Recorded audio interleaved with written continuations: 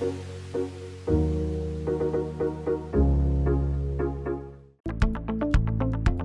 m'appelle Saint-Clair-Claudel, j'habite à la Bresse et je suis allé faire de soldure en BP hôtellerie-restauration.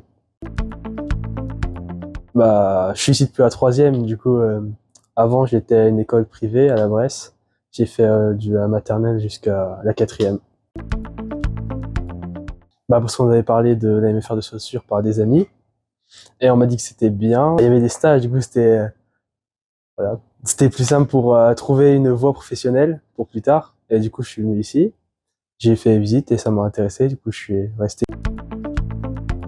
C'est une étude en alternance à peu près comme le CAP mais un peu plus poussée. Ça nous apprend plus à gérer, à apprendre à comment fonctionne une entreprise, à la gérer, à la constituer à peu près de zéro ou de la reprendre.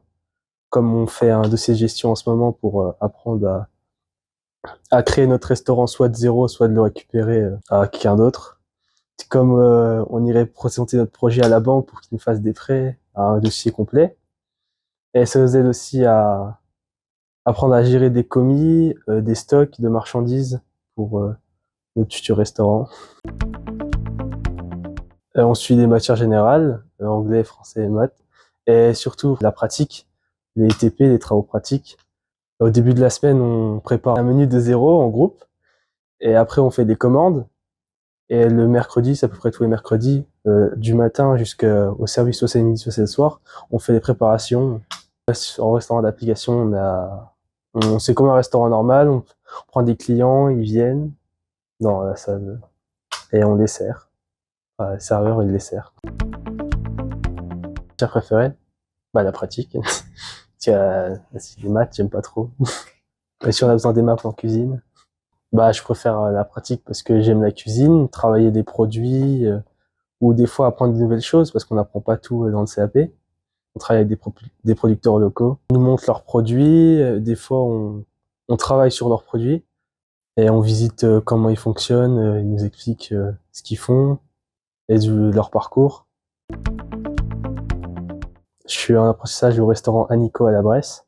C'est un gastronomie décompressé. Je suis un peu passe-partout, mais je suis principalement aux amuse-bouches. Je fais les amuse-bouches, je dresse de tout, je prépare mon poste. Et quand je finis les amuse-bouches, je vais aux entrées et après j'ai des plats. À apprendre des choses plus poussées dans le métier et à la gestion aussi. C'est parce que la gestion, on n'apprend pas ça en CAP, c'est plus compliqué. Ça serait de réussir à ouvrir un restaurant un peu spécial. C'est-à-dire que ce serait un restaurant avec comme une station-service, un restaurant avec un garage à côté. Vu que j'aime bien, j'adore la cuisine et ma passion c'est aussi, je suis aussi fan de voitures et d'automobiles. Et je voudrais voir, ça serait bien de lier les deux.